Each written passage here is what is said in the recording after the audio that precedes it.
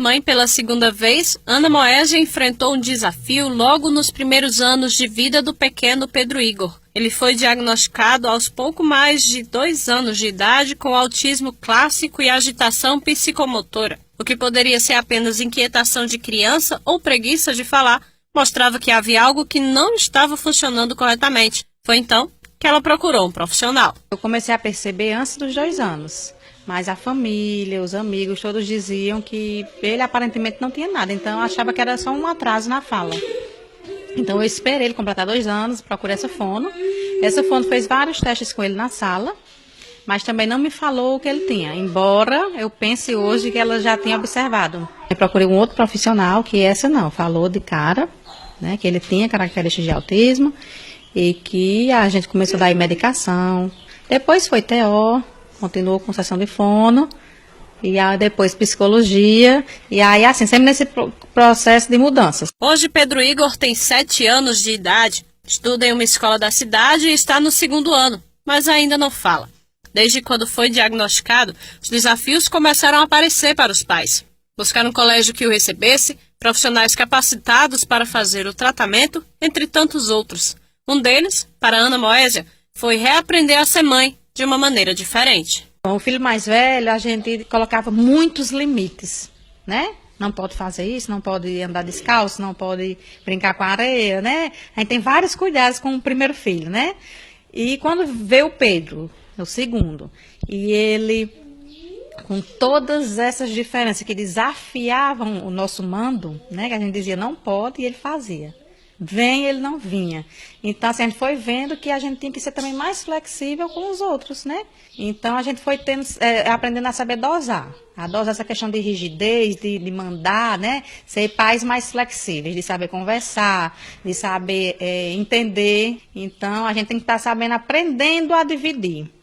Na rotina do Pedro Igor, são raros os momentos em que ele pode ficar assim, em casa, à vontade. Os dias são divididos entre escola e terapias. E para os pais conseguirem acompanhar toda essa rotina, foi preciso modificar muita coisa na vida da família. Eu sempre trabalhei 3 horários. Ana Moésia também sempre trabalhou 3 horários. Mas aí, qual era o tempo que nós iríamos arrumar agora para cuidar do nosso filho? Íamos ter que ou um deixar de trabalhar, ou então deixar de trabalhar eu um período, ela outro, se quisesse continuar a cuidar do nosso filho. Ou então optar por por ser negligente em relação a ele, que seria o pior das coisas, né? Então nós nunca optamos por negligenciar ele, as necessidades dele, né? A gente sempre priorizou. Então, no começo a gente foi se ajeitando, conversando com os chefes, pedindo para sair, explicando, levando atestado, tal. Até que chegou o momento que a lei de redução de carga horária, por exemplo, aqui em Missão Velha já é uma realidade. A partir do problema com o filho, Ana e Frank conseguiram fundar a Associação dos Pais, Amigos e Profissionais dos Autistas do Cariri, a AMA. Com apenas 1 ano de existência, a entidade é procurada por famílias de diversos lugares em busca de apoio, informação ou simplesmente para conversar.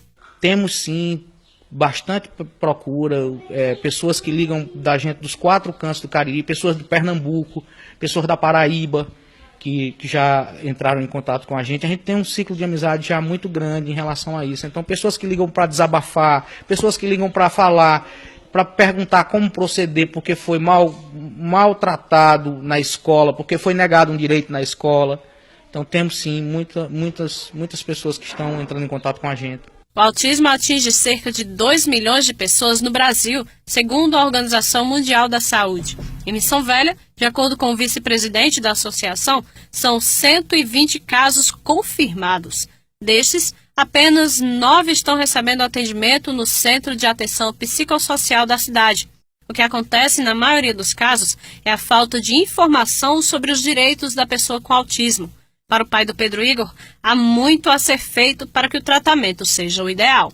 A criança tem que estar fazendo as terapias, os terapeutas têm que orientar os professores têm que ter contato com os pais, e os pais com os dois. Os desafios são imensos, mas com muita força e luta diária, a família tem conseguido avançar no tratamento do pequeno Pedro Igor.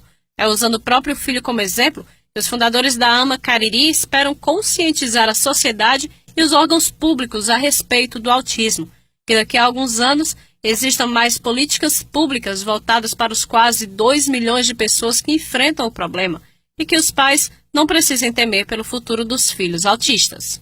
O medo é normal, é natural, né? A negação também é natural, a gente não pode se sentir culpado e que a pessoa use esse medo para criar forças, realmente, força de correr atrás, de procurar o melhor, de procurar tratamento. Eu sempre digo para algumas mães que me procuram, ó, ela, não, eu estou na dúvida, eu acho que ele não vai ser, mas ele tem algumas características. Eu digo, não, você só vai ter a certeza se você for atrás. Eu queria que ele fosse o que ele quiser ser, né, e que ele chegue a ter essa consciência. O que ele quiser ser, eu vou apoiar ele a ser.